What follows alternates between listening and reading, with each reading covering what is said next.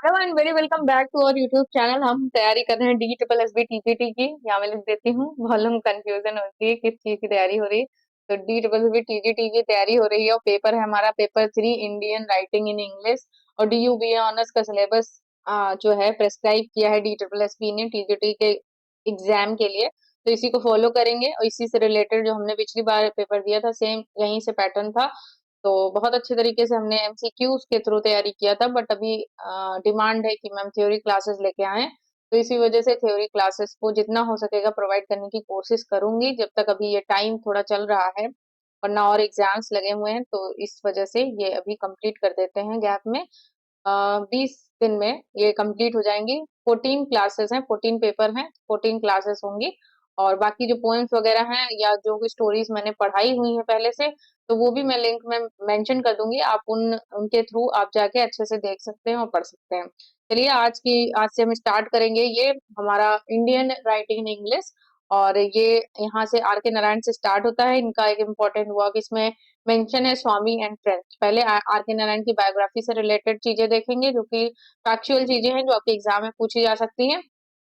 तो are K Narayan का जो है फुल नेम क्या था, तो रासीपुरम कृष्ण स्वामी अय्यर नारायण स्वामी इनका नाम था। ये आर के नारायण के नाम से जाने जाते थे। इनका जो जन्म हुआ था वो अक्टूबर 10 1906 को मद्रास में हुआ था, जो कि अभी चेन्नई इसको बोला जाता है। इनकी जो डेथ हुई थी May 13 2001 में चेन्नई इंडिया में इनकी डेथ हो गई थी। प्रोफेशन से ये नॉवलिस्ट थे, शॉर्ट स्टोरी राइटर थे और इजाइस्ट थे। इनकी जो लैंग्वेज थी वो इंग्लिश थी और नेशनैलिटी जो थी वो इंडियन थी, है ना। तो ये सब इंपॉर्टेंट की फैक्ट्स इनको ध्यान रखिएगा। उसके बाद इंपॉर्टेंट चीजें ये और चीजें हो जाती इनकी बायोग्राफी से। Are K Narayan is one of India greatest English novelist, है ना। यही सब चीजें मुल्क राज आनंद एंड राजा राव के साथ ये जाने जाते थे। रियलिस्टिक टोन होती थी इनके नॉवेल्स की, ओके। जिससे इन्होंने इंडियन लिटरेचर को एक तरीके से ब्रॉड लेवल पर इन्होंने रिकॉग्नाइज करवाया। ये सारी इंपॉर्टेंट चीजें हैं। और यहाँ पर एक तरीके से 3 पायनियर जो इंडियन राइटर्स हैं उनको याद रखिएगा। उसमें सबसे पहले आ जाते हैं राजा राव, है ना।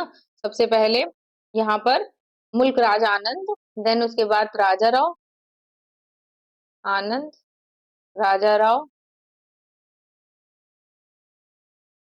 और यहाँ पर आर के नारायण, है ना।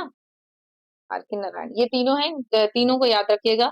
और यहाँ पर इनकी एक फेमस सेटिंग है जो इनके हर आपको नॉवल में मिलेगी, मालगुडी द फिक्शनल टाउन।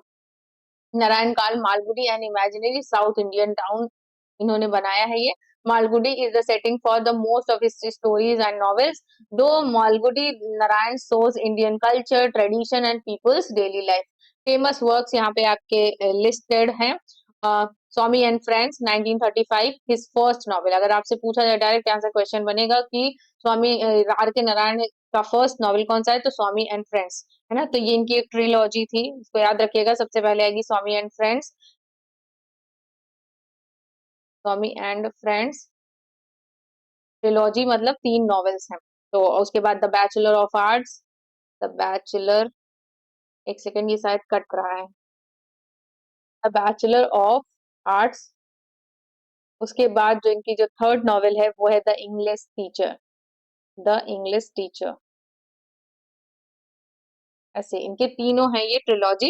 1935 में सबसे पहले स्वामी एंड फ्रेंड्स आई थी। उसके बाद the bachelor of art 1937, the English teacher 1945, the guide important हो जाता है 1958। इसमें फिल्म भी बनी हुई है, आप जरूर देखिएगा। इसको साहित्य अकेडमी अवार्ड भी मिला हुआ है। मालगुडी डेज इनकी एक सीरीज है, शॉर्ट स्टोरीज का कलेक्शन है जो कि टीवी सीरीज है। आप इसको यूट्यूब वगैरह पे करिएगा तो मालगुडी डेज में आपको बहुत सारी मिठाई वाला ऐसे करके बहुत सारी स्टोरीज मिल जाएंगी, वहां से आप पढ़ वो देख सकते हैं। और mister Sampath, the man eater of Malgudi, the financial expert, other popular novels हैं इनकी, है ना। तो ये कुछ नाम है, इनको याद रखिएगा। Swami and friends, bachelor of art, the English teacher, the guide, Malgudi days और mister Sampath, the man of eater, Malgudi, the financial expert इनकी पॉपुलर नॉवेल्स हैं। तो इनकी अचीवमेंट की बात करें तो इनको साहित्य अकेडमी अवार्ड मिला था 1958 में गाइड के लिए।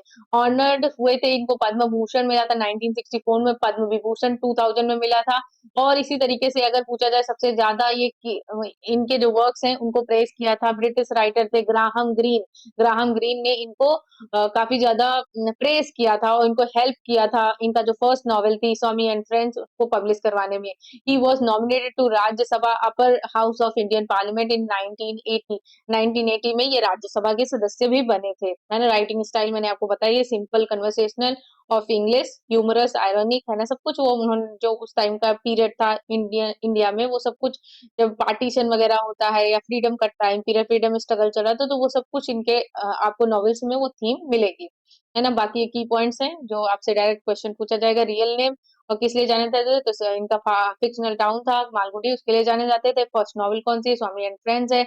इनको साहित्य अकेडमी अवार्ड किसके लिए मिला था, तो द गाइड के लिए मिला था। मेजर थीम जो है मिडिल क्लास फैमिली के लिए लिखते थे। ट्रेडिशन वर्सेस मॉडर्निटी, ये सब इनकी थीम्स होती थी। Writing style simple, humorous and realistic होती थी। अब आ जाते हैं जो यहाँ पे नॉवेल प्रिस्क्राइब है सिलेबस के अंदर, उसको हम पढ़ेंगे, स्वामी एंड फ्रेंड्स को। ओके, तो स्वामी एंड फ्रेंड्स जो है ये आर के नारायण की काफी ज्यादा इंपॉर्टेंट नॉवेल है। ये 1935 में पब्लिश हुई थी। इसकी जो सेटिंग है वही मालगुडी, साउथ इंडिया का फिक्शनल टाउन है, वहां पे इसकी सेटिंग रखी गई है।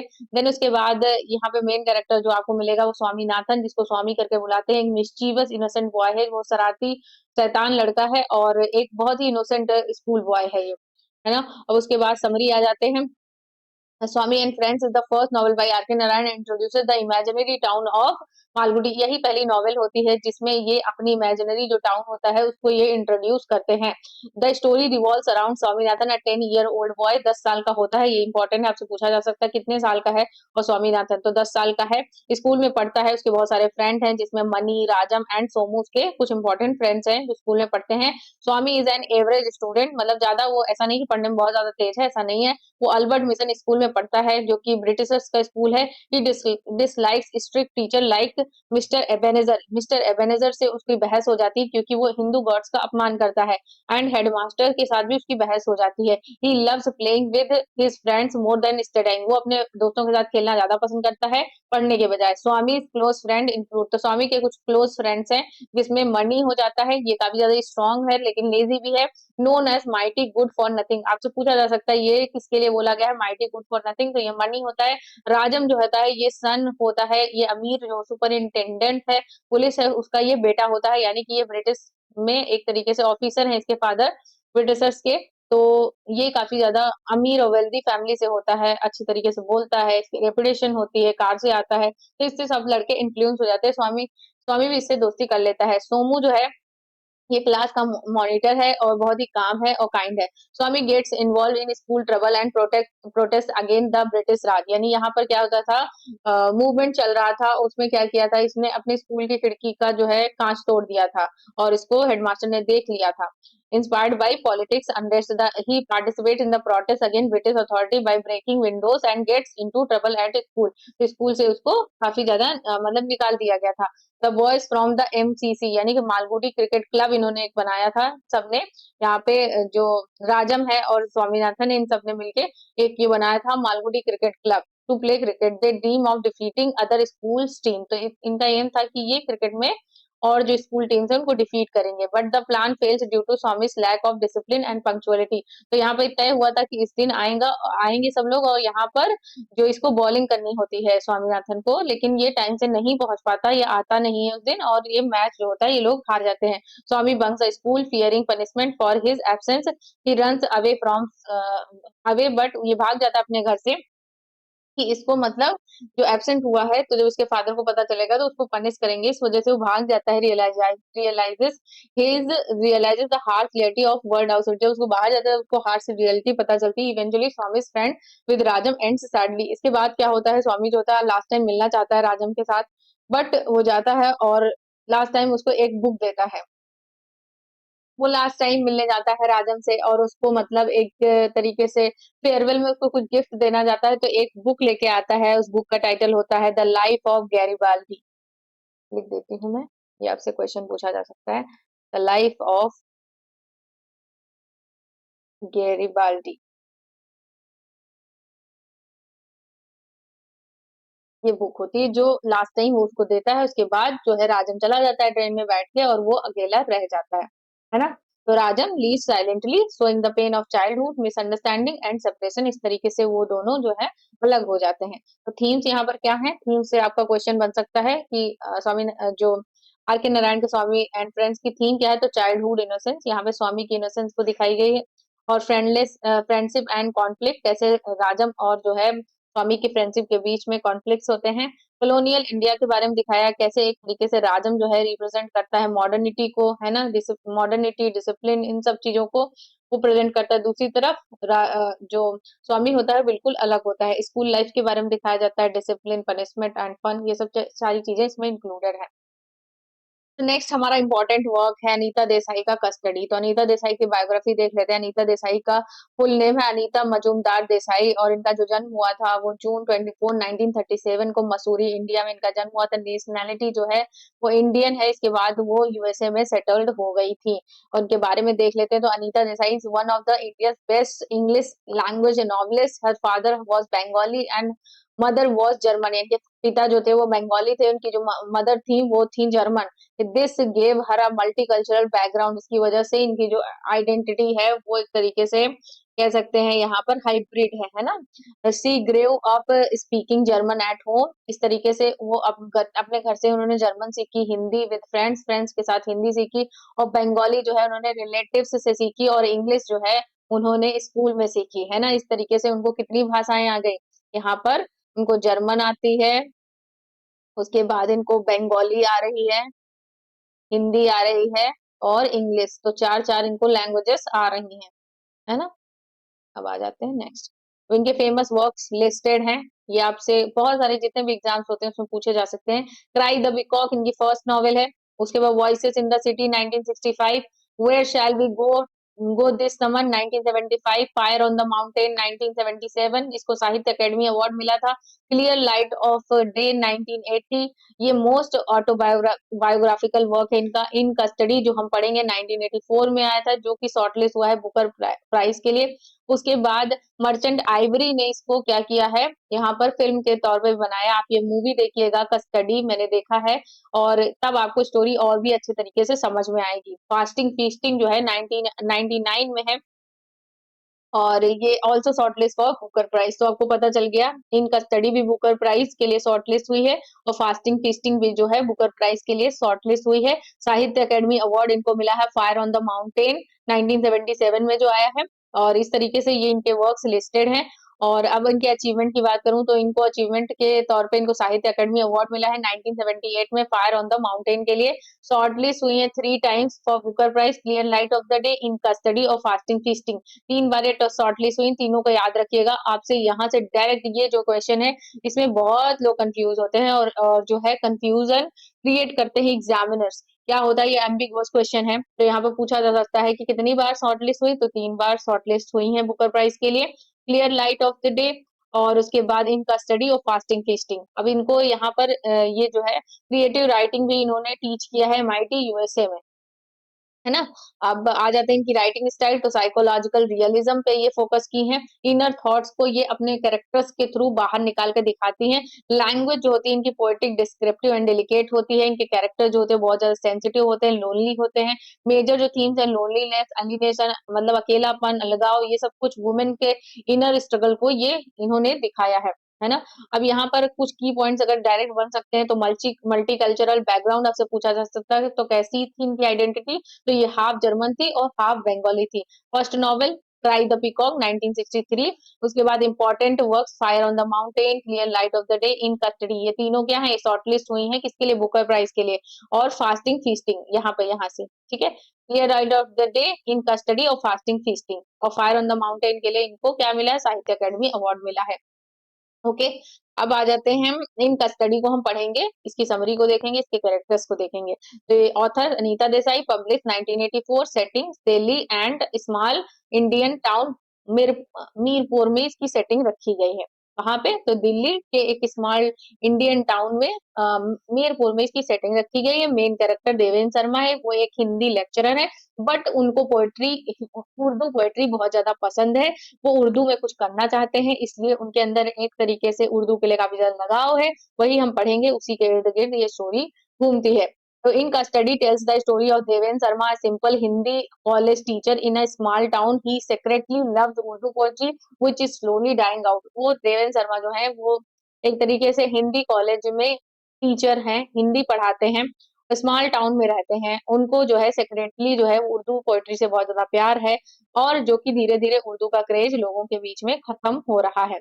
हिज़ ओल्ड फ्रेंड मुराद, उसका एक फ्रेंड होता है मुराद, वो एक एडिटर होता है दिल्ली में और उसको वो कहता है कि जाके वो उर्दू के एक फेमस शायर हैं नूर शाहजहां वादी, उनका इंटरव्यू लेके आए। Great Urdu poet living in Delhi, जो कि दिल्ली में रह रहे हैं। और देवेन इज थ्रिल्ड, देवेन बहुत ज्यादा एक्साइटेड हो गया क्योंकि वो उर्दू से काफी ज्यादा प्यार करता है। He sees it as his chance to connect with the poetry of his love, इस तरीके से उसको लगता है ये चांस है कि वो उर्दू से कनेक्ट हो पाएगा। When Deven reaches Delhi, he finds that Noor's wife is miserable, तो नूर शाहजहांवादी की दो वाइफ थी, एक बहुत जवान थी, एक बहुत बूढ़ी थी, दोनों आपस में क्वेरल किया करती थी और नूर शाहजहांवादी इसी में बड़े परेशान रहते, परेशान जैसे रहते थे, वो दारू पीते थे, दिन भर ऐसे पीते रहते थे, उनकी हेल्थ भी अच्छी नहीं थी। तो इस तरीके से एक तरीके से वो उर्दू के अच्छे शायर थे, पोएट थे, बट उनके पास कुछ भी ना पैसे थे, ना ही कुछ इतना ज्यादा, बस उनको लोग जानते थे, ऐसा था। और Noor himself is tired, drunk and no longer inspired, मतलब इस तरीके से वो बहुत ही डल इंसान था। Deven tries to record Nur's conversation for an article, इस तरीके से वो ट्राई करता है कि उसके जो है उसकी उसकी जो पोएट्री है उसको रिकॉर्ड करे एक आर्टिकल के लिए, but this tape recorder doesn't work properly, लेकिन जब वो सब रिकॉर्ड करके जाता है तो वो मतलब टेप रिकॉर्डर भी अच्छे से काम नहीं करता होता है। ही फेसेस मैनी प्रॉब्लम, इस तरीके से उसने बहुत सारी प्रॉब्लम्स को फेस किया। उसकी जो वाइफ होती है सरला, वो भी उसको काफी ज्यादा ताने दिया करती है और उसका जो बेटा होता है वो भी मर जाता है। Murad doesn't pay him enough for expenses, यानी उसको ज्यादा पैसे भी नहीं दिए थे मुराद ने कि जाके तुम और ज्यादा अच्छी तरीके से कर सको, है ना। तो Noor's wives manipulate him and they then struggle to balance this project with his teaching job, इस तरीके से वो सब चीजें मैनेज करता है। इन द एंड क्या होता है, देवेन जो होता है रियलाइज करता है कि ही इज इन कस्टडी, यानी कि अब वो एक तरीके से ट्रैप हो गया है अपने, मतलब एक तो प्यार था उर्दू पोएट्री के लिए उसमें, और साथ ही साथ जो नूर की पोएट्री है, not of Noor's poetry but of endless troubles and disappointment, यानी नूर की पोएट्री में नहीं, ये जो उसका जो मन में जो सब चीजें थी उसमें वो ट्रैप हो गया है। Urdu poetry like Nur is dying, तो इस तरीके से उर्दू पोएट्री जो है वो वैसे ही खत्म हो गई जैसे कि यहाँ पे नूर शाहजहां वादी खत्म हो रहे हैं। And Deven is trapped between his passion and harsh reality, यानी कि पैशन के साथ साथ उसको ये भी पता होना चाहिए कि जो हार्श रियलिटी है कि किस चीज की कितनी जगह समय के साथ परिवर्तन होता है, तो वो उस चीज को समझ नहीं पाया, इस वजह से वो इन सब चीजों में फंस गया और अब वो काफी ज्यादा परेशान हो गया अंत में। तो ये जो पोएट था वो बहुत ही जो नूर शाहजहां वादी था, वो बहुत ही ज़्यादा वीक और कंफ्यूज्ड था और उसका जो घर था वो झगड़े से पूरा दिन मेस मेस हो गई थी उसकी पूरी लाइफ, इस तरीके से। तो देवेन शर्मा का यहाँ पर कैरेक्टर आपको मिलेगा जो कि एक हिंदी लेक्चरर है, मेन प्रोटैगनिस्ट है यहाँ पर, प्रोटैगनिस्ट है ये। और इस तरीके से वो एक हिंदी का लेक्चरर है, बहुत ही ज़्यादा एक तरीके से उसको प्यार है उर्दू पोएट्री से। और नूर शाहजहां वादी एक उर्दू पोएट थे किसी ज़माने में और अभी उनको मतलब नेगलेक्ट किया जाता है। मुराद इसका फ्रेंड होता है, सरला जो होती है देवेन की वाइफ होती है, नूर की वाइफ होती हैं ये सब, है ना, नूर शाहजहां वादी की। इम्तियाज बेगम एंड ऑल, कोई एक और वाइफ थी, इम्तियाज बेगम का ही सिर्फ इसमें नाम दिया गया है, तो इम्तियाज बेगम इसकी सेकंड वाइफ थी, उसका नाम यहाँ पर है क्योंकि ये भी इसी तरीके इसी की तरह ये भी शायर थी, वो सब करती थी, मुजरा वगैरह करती थी। थीम्स यहाँ पर आपको मिल जाएंगी, decline of Urdu, disillusionment, language and identity and powerless, है ना। तो ये सब आपको मैं नोट्स दे दूंगी, वहां से डिटेल में पढ़ दीजिएगा, पहले तो यहाँ पर मेन मेन पॉइंट्स हैं उनको समझना जरूरी है। नेक्स्ट अब हमारे इंडियन राइटर हैं मुल्क राज आनंद, उनके बारे में देखेंगे। मुल्क राज आनंद जो है, इनका जन्म जो हुआ था 12 दिसंबर 1905 को पेशावर में हुआ था, जो कि अभी पाकिस्तान में है, पहले ये ब्रिटिश इंडिया का पार्ट था। इनकी जो डेथ हो गई थी वो 28 सितंबर 2004 को पुणे इंडिया में इनकी डेथ हो गई थी। की फैक्ट्स देख लेते हैं। Mulk Raj Anand was one of the pioneer of Indian English fiction along with R K Narayan and Raja Rao. He is known for writing the lives of the poor, the oppressed and the untouchables के लिए जाने जाते थे, इनकी जो राइटिंग होती थी वो। His works show deep sympathy for the underprivileged underprivileged and expose social injustice, caste oppression and colonial exploitation. Colonial exploitation समझते हैं, जो ब्रिटिश होते थे वो किस तरीके से हमारे जिन पे कब्जा कर रखा है, कॉलोनी बना रखी, वहां के लोगों को कैसे परेशान करते थे उसके बारे में है। कास्ट ऑपरेशन यानी कि जाति के अनुसार किसी के साथ भेदभाव करना, वो सब आ जाता है। सोशल इंजस्टिस यानी कि जो मतलब पुअर लोग हैं उनको जस्टिस नहीं मिलती थी, अमीर लोगों का काम जल्दी होता था, ये सब चीजें। ये तो कॉमन टर्म्स आपको समझ में आता होगा। His writing style is realistic, simple and filled with humanism. इनके फेमस वर्क्स देख लेते हैं। तो इनकी नॉवेल्स हैं untouchable 1935, his most famous novel it follows a day in the life of sweeper boy Bakha की स्टोरी है ये। कूली जो है ये story of poor boy Munoo, ये इंपॉर्टेंट है, याद रखिएगा। Two leaves and a bird 1937 में, ये टी प्लांटेशन वर्कर्स के लिए है। द विलेज जो है 1939 में, और across the black waters 1940, the sword and the sickle 1942। ये एक तरीके से फेमस ट्रिलॉजी है, किसके बारे में? लाल सिंह के बारे में। तो कौन सी ट्रिलॉजी है? The village, village 1939, across the black waters 1940, the sword and the sickle 1942। Trilogy है, याद रखिएगा, ये लाल सिंह के बारे में है। Short stories, the last lost child, two lady Rams, ये जो कि हम आज पढ़ने वाले हैं, हमारे सिलेबस में है। The lost child, two lady Rams, the barber's trade union, ये जरूर पढ़ा होगा आपने। The man whose name did not appear in the census. तो ये इंपॉर्टेंट इनकी शॉर्ट स्टोरीज थी। राइटिंग स्टाइल की बात करें, राइटिंग थीम से caste system and untouchability, mostly ये इसी पे लिखते थे। उसके बाद इनकी अचीवमेंट की बात करें, तो इनको जो है progressive writers in a strong voice of India, progressive writers movement में इनकी वॉइस जो है काफी ज्यादा स्ट्रॉन्ग थी। अब यहाँ पर इनको कनेक्ट किया जाता है इनके फेमस इंटेलेक्चुअल्स जैसे कि M Forster, who supported his first novel. इनकी फर्स्ट नॉवेल क्या थी? यहाँ पर देखिए, इनकी फर्स्ट नॉवेल यहाँ पर अनटचेबल। ओके। और इनको मतलब एक तरीके से पद्म भूषण भी मिला था 1967 में। और founder and editor of the Indian literary journal mark, इसका जो है इन्होंने एक तरीके से, ये जो जर्नल है इसके ये एडिटर थे, फाउंडर भी थे। ये तरीके से निकलता था मैगजीन या पत्र। मुल्क राज आनंद की आप टू लेडी राम्स देखेंगे, कलेक्शन है the man whose name did not appear in the census and other stories, इसी में ये स्टोरी इंक्लूडेड है। मेन कैरेक्टर जो है लल्ला जिंदा राम है, और उनकी दो वाइफ है, उनके बारे में है। ठीक है, he is ambitious loyal to the colonial government and eager for social status. तो इस तरीके से Lala Jinda Ram is awarded a knighthood title of Rai Sahab, इसको राय साहब का टाइटल मिलने वाला है by the colonial government for his loyal service as a contractor. तो उसने बहुत अच्छा काम किया है ब्रिटिश गवर्नमेंट में, इसलिए उसको राय साहब की जो है एक तरीके से टाइटल उसको मिलने वाला है नाइटहुड का। He is extremely proud and wants to flaunt his title publicly. इस तरीके से वो अपना जो है स्टेटस मेंटेन करना चाहता है। He plans to attend the official investiture ceremony with his wife, यानी कि अब यहाँ पर वो अपनी वाइफ के साथ ये सेरेमनी जो है अटेंड करना चाहता है। अब यहाँ पे ट्विस्ट क्या आता है, ही एक्चुअली हैज टू वाइफ्स, इनकी दो पत्नियां हैं, सुखी एंड शकुंतला। सुखी जो है ये पहली है, और ये है दूसरी। इसको बच्चा नहीं होता है तब ये दूसरी शादी कर लेता है शकुंतला से। ओके, ये काफी ज्यादा सुंदर होती है। Which is socially accepted polygamy, polygamy यानी जब जब जब एक से ज्यादा जो लोग हैं मैरिज करते हैं आदमी लोग, तो उसको बोलते हैं पॉलीगैमी, है ना। तो यहाँ पर क्या होता है, ट्विस्ट ये है कि इसको एक ही वाइफ को लेके जाना है, तो इनविटेशन मिलता है।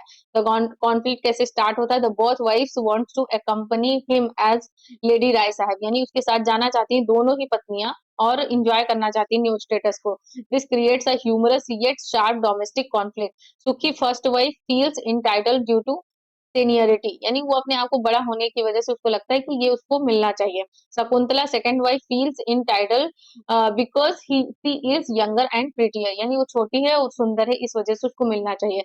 लल्ला Jinda Ram tries to keep both happy, वो दोनों को खुश रखना चाहता है, but the situation exposes the hypocrisy of the so honour, यानी दो शादी कर सकते हैं, बट दो शादी करने का मतलब वहां पे अलाउ है, बट दो बीवियों को नहीं इनवाइट कर सकते, है ना।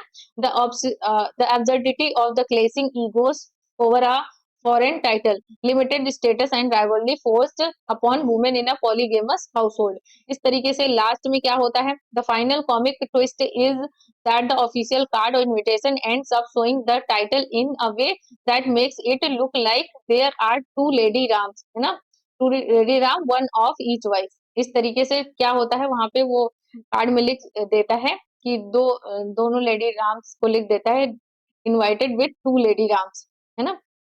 The story uses this double meaning satire, fake prestige, male vanity, colonial honour and women suppressed voices. तो पहले उसमें लिखा था, क्या लिखा था ये, there are two lady Rams, one for each wife. तो यहाँ पर ये काट के ये कर देता है, there are two lady Rams invited, सिर्फ इतना ही लिख देता है, वो काट देता है, इस तरीके से वो पहुंच जाता है, इस तरीके से एंडिंग होती है। तो कॉलोनियल मिमिक्री यानी कि जो समाज में चल रहा है उसको एक तरीके से मजाक उड़ाया गया है। Blind blind imitation of British titles, जो वो राय साहेब की जो उसको उपाधि मिल रही थी उसको इन्होंने मजाक उड़ाया है। जो उपाधियां मिलती थी, टाइटल्स मिलते थे, जो कि अब हमारा कॉन्स्टिट्यूशन उन चीजों को अलाउ नहीं करता है। पॉलीगैमी यानी एक से ज्यादा मैरिज को यहाँ पर क्रिटिसाइज किया गया है। स्टेटस ऑफ वुमेन उनको दिखाया गया है। सटायर किया गया है the gap between rural ignorance and the false grandeur of colonial honours, यानी कि हमारे जो जड़ें हैं उनको हम इग्नोर करते हैं, लेकिन कॉलोनियल जो ऑन कॉलोनियल जो ग्रैंडर उसकी भव्यता जो है उसमें हम फंस जाते हैं, है ना, वेस्टर्न में।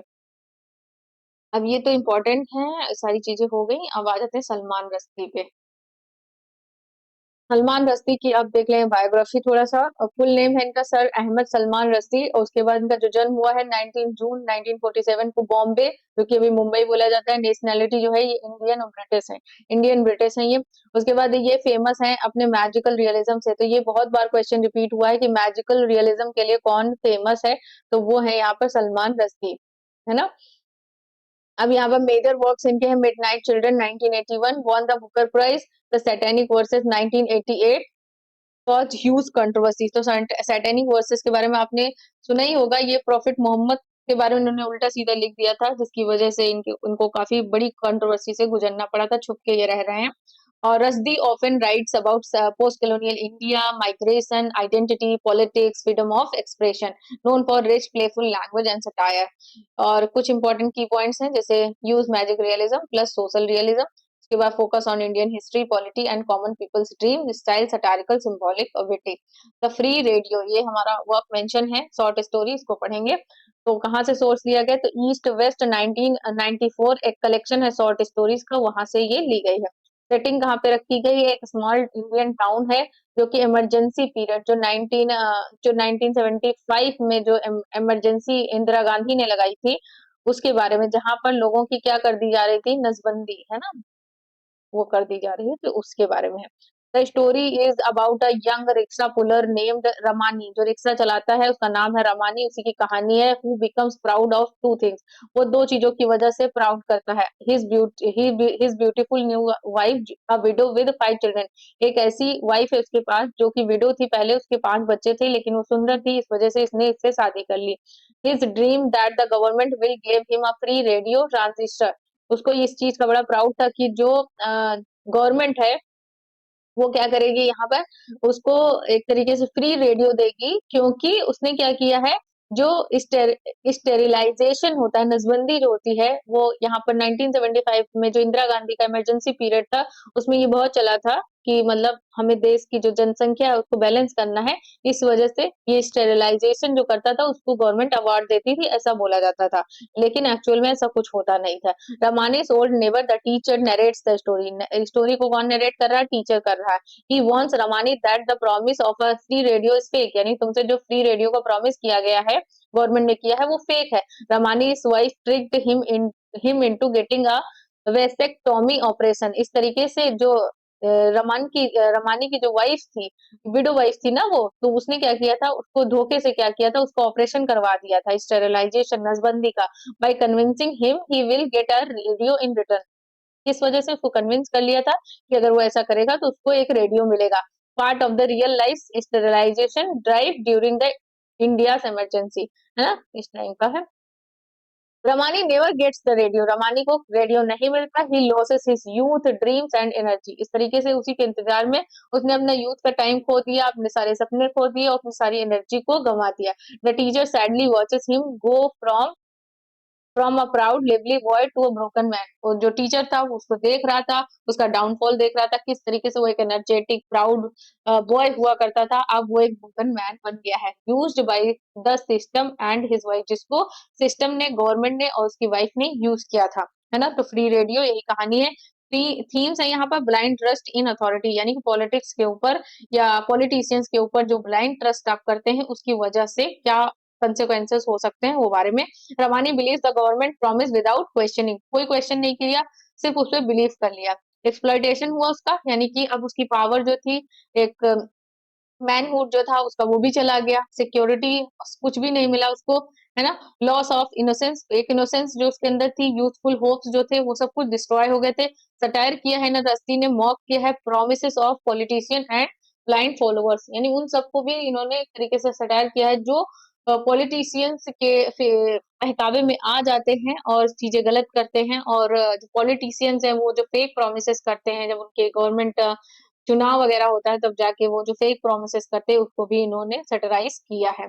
इंपॉर्टेंट पॉइंट्स अगर देख लें तो रमन का ड्रीम क्या था, से लाइन जो है, and any day now my free radio will come, ये बोलता है, तो एक तरीके से फाल होप मैनिपुलेशन दिखाता है। Teacher's view, there is no free radio, there never was, truth versus blind faith. Symbol the free radio किस चीज का, फॉल्स प्रॉमिस और पॉलिटिशियंस का सिंबल है ना, ये चीज है। अब आ जाते हैं रोहिंटन मिस्ट्री पे, इनका भी एक इम्पोर्टेंट वर्क जो है यहाँ पर मेंशन है, उसको हम पढ़ेंगे। और फाइन कौन सा वर्क है यहाँ पे, स्विमिंग लेसन है, स्विमिंग लेसन यहाँ पर इम्पोर्टेंट वर्क है, उसको पढ़ेंगे। तो जो रोहिंटन मिस्ट्री है, इनका जो जन्म हुआ था वो 3 जुलाई 1952 को मुंबई इंडिया में इनका जन्म हुआ था। नेशनैलिटी जो है इंडियन कैनेडियन है, इंडिया में पहले थे, देन उसके बाद कनाडा ये शिफ्ट हो गए थे।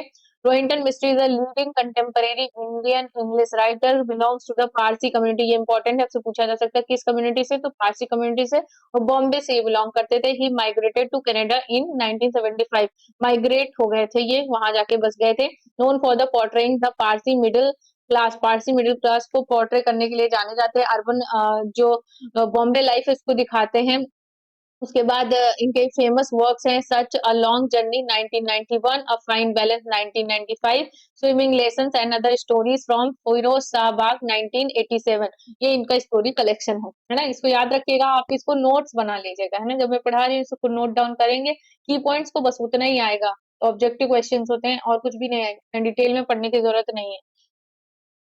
अब की पॉइंट्स देख लेते हैं, और यहाँ पता चल गया ये एक पारसी कम्युनिटी से बिलोंग करते थे, ये सब हो गया। अब आ जाते हैं स्विमिंग लेसन पे। तो स्विमिंग लेसन का सोर्स आपको पता होना चाहिए, डायरेक्ट क्वेश्चन यहाँ से बन सकता है। Swimming lesson and other stories from Firoz Shahbaag 1987, short story है। Swimming lesson is about a young Parsi man who moves from Bombay to Canada. It is told partly through the son's memories and the and his mother's perspective through her letters। तो ये जो story है मैंने already पढ़ाई हुई है, free radio भी पढ़ाई हुई है, स्वामी एंड फ्रेंड्स भी पढ़ाई है, ये सारी, और द कस्टडी है ये भी पढ़ाया है। तो जितनी पढ़ाई है सब मैं लिंक मेंशन कर दूंगी, आपको डिटेल में पढ़ना है आप उस वीडियो के साथ जा सकते हैं। ओके, अब यहाँ पर आ जाते हैं, यहाँ पे स्विमिंग लेसन जो है, ये एक तरीके से स्विमिंग लेसन एक सिंबल है ना। पहले इनको स्विमिंग करने के लिए इनकी मदर बोलती थी, जब ये बॉम्बे में थे तब ये स्विमिंग से नहीं डरते थे। लेकिन अब इसी स्विमिंग सिंबल को इन्होंने, जब वो कनाडा में है तो अपना जो एडजस्ट कर रहे हैं उस लाइफ में और मिस कर रहे हैं इंडियन कल्चर को, तो वो कह रहे हैं मैं यहाँ पर जिस स्विमिंग से मैं डर रहा था उसी गहराई में तो मैं अब उतर रहा हूँ, यहाँ पर सर्वाइव करने के लिए मजबूर हूँ, तो एक सिंबल है ना। तो इस तरीके से the unnamed narrator recalls trying to learn swimming as a boy in Bombay, he was always afraid to step into deep water, यानी कि जब वो छोटे थे तो वो याद करते हैं कि बॉम्बे में थे तब उनको बहुत डर लगता था जो पानी, गहरे पानी में उतरने से, स्विमिंग सीखने से। years later he migrated to Canada to study and write, but now faces the deep water of life abroad, loneliness, cultural shock and alienation। इन सब के रूप में उनको एक तरीके से डीप वाटर मिला, deep water of life abroad, उनको इसमें उतरना पड़ा। ठीक है, कनाडा में अब वो रहने चले गए, माइग्रेट हो गए। He struggles to swim in a foreign society, swimming becomes a symbol for survival, यानी कि अब वो जो है फॉरेन सोसाइटी में स्विम करने के लिए, स्ट्रगल करने के लिए मजबूर है।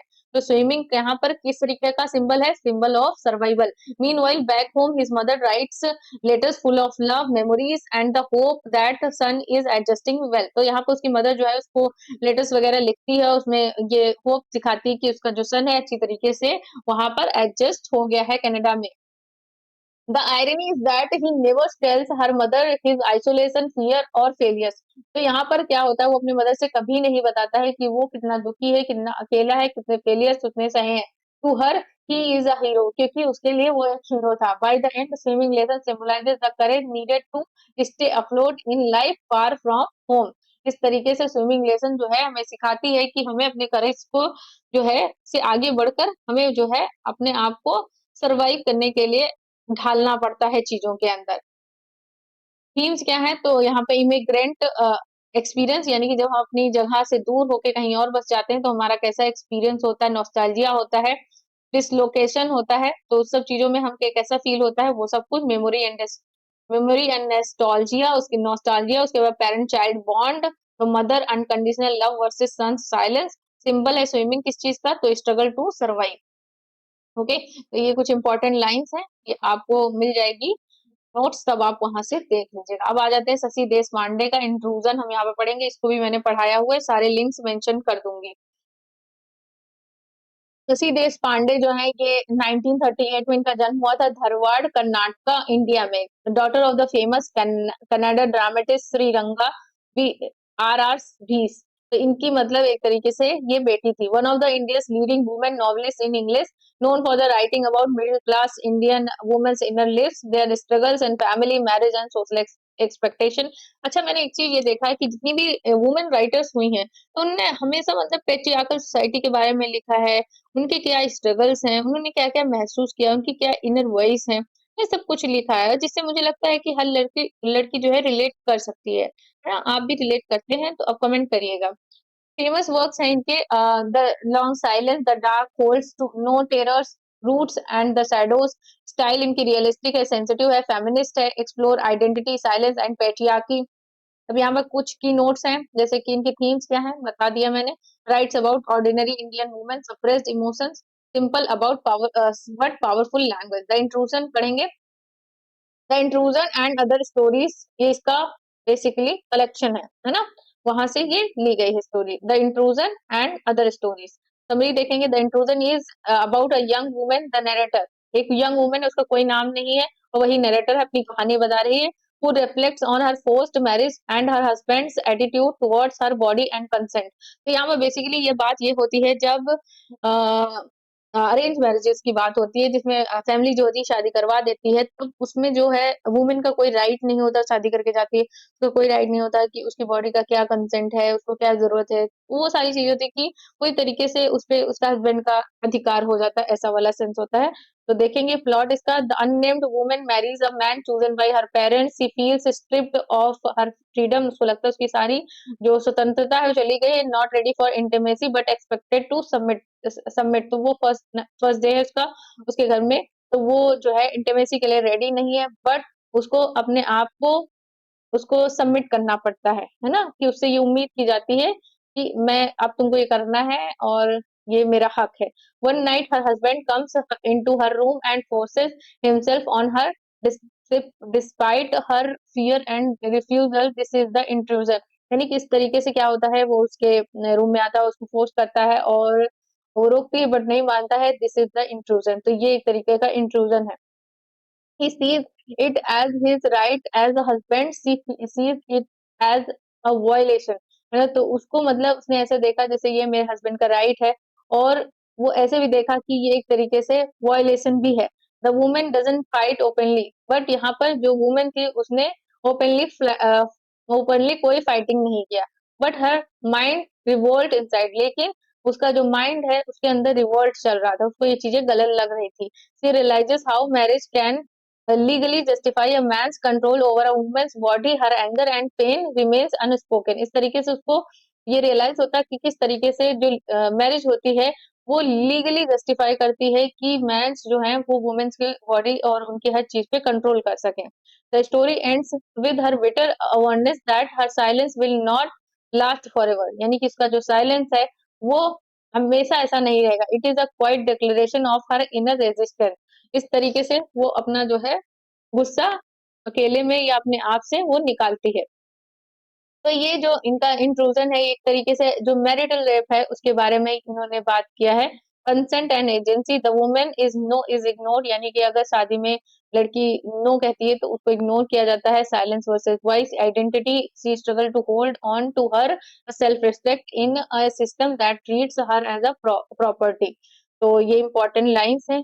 ओके, और अब हम क्वेश्चंस कर लेते हैं। वैसे तो मेरा मन नहीं था कि मैं एमसीक्यूज करवाऊं, बट फिर भी आपके कंसेंट के लिए मैंने एमसीक्यूज को रखा है। आर के नारायण की स्वामी एंड फ्रेंड्स है। Swami and friends is a set in which fictional town, तो मालगुडी में।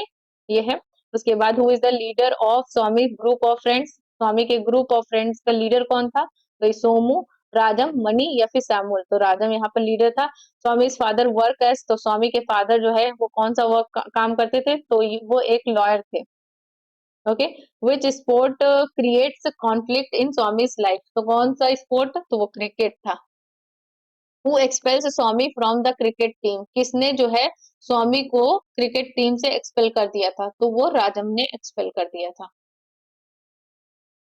अनीता देसाई का देखते हैं custody. Anita Desai writing mainly focus on political issues, environmental problem, women's inner world या फिर मिथोलॉजी।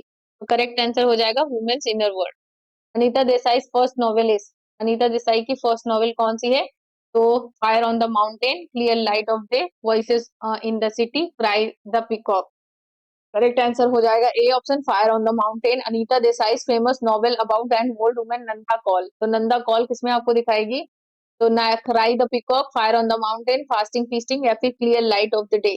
करेक्ट आंसर हो जाएगा हमारा फायर ऑन द माउंटेन, ये हमारा करेक्ट आंसर बी हो जाएगा। ओके। अब आ जाते हैं एचएलवी डेरेजियो पर, और इनका 9 नंबर का क्वेश्चन है। HLV Derozio was a teacher at, HLV Derozio जो है वो कहाँ पर टीचर हैं? तो हिंदू कॉलेज कलकत्ता में ये टीचर थे। उसके बाद the poem freedom to the slave, यही सिलेबस में मेंशन है, इसका लिंक मैं दे दूंगी, मैंने यहाँ पे नहीं पढ़ाया है। The poem freedom to the slave is about किस बारे में है? तो वॉर हीरोज के बारे में, फार्मर के बारे में, लिबर्टी एंड सेल्फ रिस्पेक्ट या फिर टीचर्स के बारे में है? करेक्ट आंसर हो जाएगा यहाँ पर लिबर्टी एंड सेल्फ रिस्पेक्ट के बारे में है। Which line is from freedom to the slave, freedom to the slave से कौन सी लाइन है? Change can not bind the soul, तो ए ऑप्शन राइट हो जाएगा। ओके। नेक्स्ट क्वेश्चन है the orphan girl shows Derozio's sympathy for, तो the orphan girl यानी जो अनाथ लड़की थी, उसमें जो है इनकी जो सिंपैथी है वो किसके लिए है? रॉयल्टी के लिए, नेचर के लिए, विडोज के लिए या फिर हेल्पलेस चिल्ड्रन के लिए? हेल्पलेस चिल्ड्रंस के लिए इनकी सिंपैथी है। कमला दास का अब आ जाते हैं। Kamala Das is known for the writing about, Kamala Das जो है किसके बारे में लिखती हैं? तो वुमेन्स पर्सनल फीलिंग्स के बारे में। Which poem begins with I don't know politics but I know the names of those in the power, power. तो यहाँ पर कौन है? तो ये एन इंट्रोडक्शन से है। सॉरी, ये कौन सा लगा दिया मैंने? इंट्रोडक्शन से नहीं, एन इंट्रोडक्शन। ओके। ओके। तो एन इंट्रोडक्शन है इसमें सही। और उसके बाद नेक्स्ट है in my grandson's home the poet longs for, तो यहाँ पर in my grandmother's house, grandmother's house ये भी कमला दास की पोएम है। इसमें वो किस चीज के बारे में याद कर रहे हैं? तो करेक्ट आंसर हो जाएगा यहाँ पर चाइल्डहुड वार्म, यानी कि अपने बचपन को याद करें। Kamala Das often writes under the pen name, उनका पेन नेम क्या था? तो माधव विकेटी इनका पेन नेम था। बी ऑप्शन राइट हो जाएगा। अब आ जाते हैं नीसी मेजिकियल पे।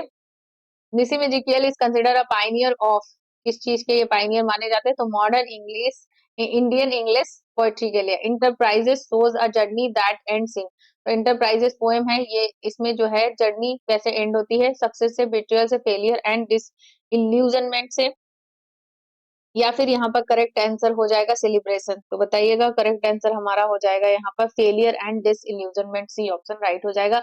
इन the night of the scorpion who sting the poet's mother, कौन जो है पोएट की मदर को डंक मारता है? स्नेक, बी, स्कॉर्पियन या फिर स्पाइडर? तो scorpion. The night of the scorpion shows, क्या इसमें दिखाया जाता है? Rational silence, rational science, villagers superstitious या फिर celebration of rain, political struggle. तो यहाँ पर विलेजेस का जो सुपरस्टिशन है वो दिखाया जाता है। ये ऑप्शन हमारा राइट हो जाएगा। रॉबिन एस गैंगम का है अब यहाँ पर। रॉबिन एस गैंगम जो है इंडियन लिटरेचर जवाब पेपर है उसमें मेंशन है, इनका जो वर्क है वो भी मैंने पढ़ाया हुआ है, लिंक मेंशन कर दूंगी। Robin S Ngangom writes about mainly किस बारे में लिखा है? North east India's conflict and memories के बारे में इन्होंने लिखा है। The strange affair of Robin S. Gangnam is about social realism. Yeah, sorry, the village folklore, the humorous life story, for political betrayal, his sense of identity. तो correct answer हमारा हो जाएगा his sense of identity. B option. A poem for mother is about. A poem for mother किस बारे में है? Historical figure, political protest, and nostalgic memories of his mother. तो C option right हो जाएगा। ओके। अब आ जाते हैं मुल्कराज आनंद पर। Mulkraj Anand is best known for, Mulkraj Anand जो है किस वजह से सबसे ज्यादा जाने जाते हैं? तो नेचर पोएट्री के लिए, डिटेक्टिव नॉवेल्स के लिए सोशल रियलिज्म या फिर हिस्टोरिकल एपिक्स। सही आंसर सी हो जाएगा, सोशल रियलिज्म के लिए। इन to lady Ram's Lala Jinda Ram gets which title. तो इन टू लेडी राम्स ये टाइटल है स्टोरी का, शॉर्ट स्टोरी का टाइटल है। इसमें जो है लाला जिंदा राम जो है मेन जो कैरेक्टर है उसको कौन सा टाइटल मिलने वाला है? राय बहादुर, सर, या फिर राय साहिब, या फिर नवाब। तो राय साहिब का टाइटल मिलने वाला है। The two lady Rams are, तो दो लेडी राम्स है वो कौन है? Two women with the same name, two queens, a legal wife and a mistress, his two wives Sukhi and Shakuntala. D option right हो जाएगा। The main irony in the two lady Ram is, क्या main irony है? There is no lady at all, the government cancel the title, the official cards list both wives as lady Ram, the title is given to the children institute. तो correct answer यहाँ पर the official card listed both wife as lady Ram. तो lady Ram यहाँ पर लिखा था card के अंदर, तो उन्होंने राम्स कर दिया था। बस ये दोनों लेडी जो थी वो चलने के लिए तैयार हो गई थी, उनको ले जाने के लिए मतलब अलाउ हो गया था। उन्होंने मतलब खुद ने, लाला जिंदा राम ने ऐसा किया था। सलमान रश्दी पे आ जाते हैं। Salman Rushdie free radio set during, तो फ्री रेडियो सेटिंग कहाँ पे है? तो इमरजेंसी पीरियड की सेटिंग है। Who is the main character in the free radio? Free radio का मेन कैरेक्टर कौन है? रमानी। के बाद आ जाते हैं द फ्री रेडियो सिंबलाइजेस, जो फ्री रेडियो क्या सिंबलाइज कर रहा है? Political power, empty promises, love and friendship, या फिर ट्रेडिशन। तो एम्पटी प्रोमिसेस किसके? पॉलिटिशियंस के। What operation is forced on Ramani? Ramani से कौन सा ऑपरेशन जो है उसका जबरदस्ती हुआ था? सर्जरी ऑफ ब्लाइंडनेस, वेस्टेक्टोमी, ये करेक्ट आंसर हो जाएगा। स्टेरिलाइजेशन यानी उसका जबरदस्ती नसबंदी कर दी गई थी। रोहिंटन मिस्ट्री का आ जाते हैं। Swimming lessons mainly deals with, swimming lesson किस चीज से डील कर रहे हैं? Farming, love triangle, migration and identity. तो सी आंसर राइट हो जाएगा। The narrator's mother's in swimming lesson represent, क्या रिप्रेजेंट कर रही है? नॉस्टैल्जिक कनेक्शन टू होम, है ना? तो हमारा बी ऑप्शन राइट हो जाएगा। The swimming pool in swimming lesson is a symbol of, तो स्विमिंग पूल जो है किस चीज का सिंबल है? स्पोर्ट्स का, water crisis, struggle in foreign land, या फिर यहाँ पर करेक्ट आंसर हो जाएगा पॉलिटिकल पावर। तो करेक्ट आंसर हमारा क्या होगा? Struggle in a foreign land, ये ऑप्शन हमारा राइट हो जाएगा। नेक्स्ट आ जाते हैं। Shashi Deshpande writes mostly about, Shashi देश पांडे जो है इन्होंने किस बारे में लिखा है? तो वुमेन्स इनर कॉन्फ्लिक्ट्स के बारे में लिखा है। The intrusion is mainly about, intrusion जो है किस बारे में है? Crime investigation, a forced visit by a thief, या फिर violation of a wife's consent. तो करेक्ट आंसर सी हो जाएगा। What does the intrusion mean in the story? Intrusion का क्या मतलब है? A burglar entering the house, a man insulting a guest, a husband forcing himself on his wife. तो ये C option हमारा right हो जाएगा। Which line shows his wife silent protest, तो कौन सी लाइन जो है उसकी वाइफ के साइलेंट प्रोटेस्ट को शो करती है? It was my house, was it, तो यहाँ पर क्वेश्चन करती है it was my body, was it, तो या it was his right, was it, या फिर it was our secret, was it. तो करेक्ट आंसर हो जाएगा it was my body, was it, यानी क्वेश्चन करती है क्या ये मेरी बॉडी है या नहीं है। ओके, अब कुछ और हैं जनरल लिटरेरी एमसीक्यूज, उनको भी देख लेते हैं। Who is called the father of modern Indian English section? Modern Indian English section कौन बोले जाते हैं? तो आर के नारायण, है ना? सी ऑप्शन राइट हो जाएगा। नेक्स्ट क्वेश्चन है which writer is known for the magical realism? बहुत ही इंपॉर्टेंट है, सलमान रश्दी। उसके बाद नेक्स्ट है who is famous for writing about the Parsi community? तो रोहिंटन मिस्ट्री पारसी कम्युनिटी के लिए लिखते थे। Who wrote about India's emergency and sterilisation drive? किसने लिखा है ये? तो रमानी, आपको याद होगा। फ्री रेडियो किसने लिखा है? सलमान रश्दी ने लिखा है। सी ऑप्शन राइट हो जाएगा। Which writer often use satire to show social realities? किसने सटायर का यूज किया है सोशल रियलिटीज को दिखाने के लिए? तो करेक्ट आंसर 43 का हमारा हो जाएगा यहाँ पर, मुल्क राज आनंद ने, है ना? यहाँ पर अगर सोशल रियलिटीज की बात करें तो हम सलमान रश्दी उनके साथ दोनों के साथ जा सकते हैं।